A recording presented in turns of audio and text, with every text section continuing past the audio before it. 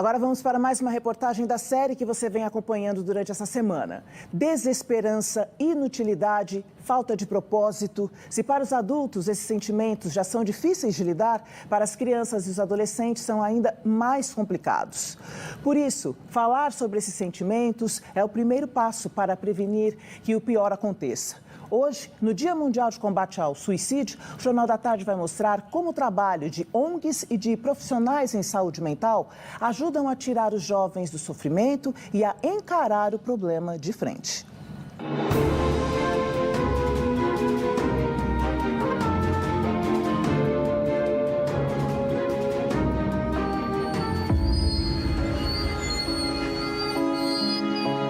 Por muito tempo, silenciar era prevenir. Havia um pacto para não se falar sobre o suicídio. Eu não acredito no contágio, eu acredito na influência, não na determinação. Ou seja, falar sobre isso pode influenciar, mas não determinar. Por quê? Influencia se a gente não cuidar dos mais vulneráveis. E quem são os mais vulneráveis? São aqueles que não se sentem ouvidos. Mas jogar luz sobre o problema é diferente de glamorizar. Na TV, a série 13 Razões, que tem como protagonista uma jovem que se suicida, foi muito criticada na época do lançamento por transformar a tragédia em espetáculo, despertando até gatilhos em jovens que já estavam vulneráveis. More specifically, why my life ended. Eles podem, vamos dizer assim, perder essa noção do que é ficção e do que é realidade, porque elas estão muito próximas. A gente tem um contato com a mídia, com a ficção, né, com essas séries, principalmente os jovens, de uma maneira muito encarnada. Então eles podem, se estão em vulnerabilidade, tentar e ter uma ideia que antes eles não tinham. Se você já enfrenta esses problemas na vida, essa série pode não ser para você. Depois da repercussão negativa, a produção da série fez campanhas oferecendo ajuda para quem pensava em abreviar a própria existência. Porque assim que você começar a falar sobre isso, fica mais fácil. E para os pais que imaginam estar protegendo os filhos de tudo, não deixando que eles sofram, um alerta: se frustrar também é importante para saber viver. Quando você não permite que uma criança se frustre, quando você acaba protegendo ela de uma tal forma que ela não desenvolve os seus próprios recursos para tolerar frustrações que são inerentes a qualquer vida, nenhum jovem cresce, amadurece, aprende com competência, se não passa por frustrações. Uma conversa real, um tempo para ser ouvido com atenção, com olho no olho.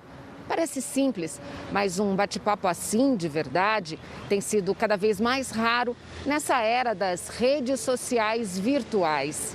E é isso que ajuda o jovem a entender os próprios sentimentos e os pais a perceberem quando é preciso procurar a ajuda de um profissional, como um psicólogo.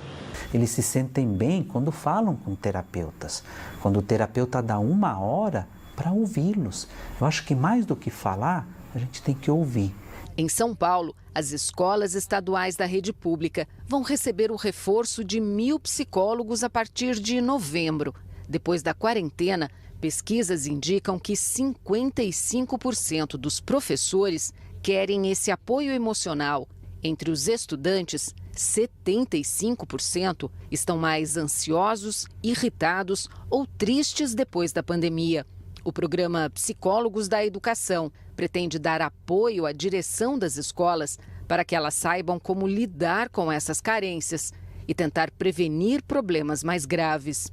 Nós vamos contratar psicólogos por meio de uma empresa para que eles façam atendimentos com uso de tecnologia, aproveitando esse aprendizado que nós estamos vivendo nesse momento, a partir de um planejamento da escola. Ou seja, cada escola vai dizer se ela precisa de um atendimento mais coletivo ou de um atendimento mais individual, dependendo do caso, dependendo da realidade. Tânia e Fernando também oferecem o apoio de terapias complementares. para jovens e crianças a partir dos 7 anos de idade. Eles conseguiram um apoio da Suíça para o Espaço Ser, um programa de prevenção ao suicídio que usa, por exemplo, o Tai Chi para extravasar sentimentos e emoções. O que você sentiu? Mais suavidade no corpo.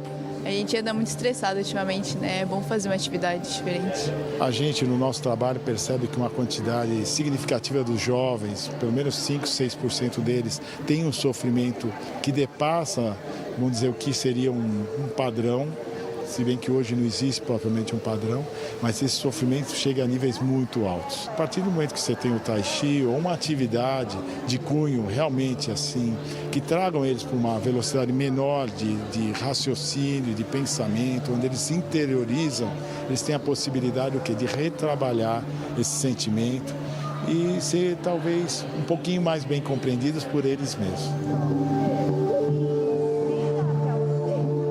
Tânia teve a ideia do projeto depois que o filho, Matheus, se suicidou aos 14 anos. Virei para o meu marido e falei, está acontecendo alguma coisa.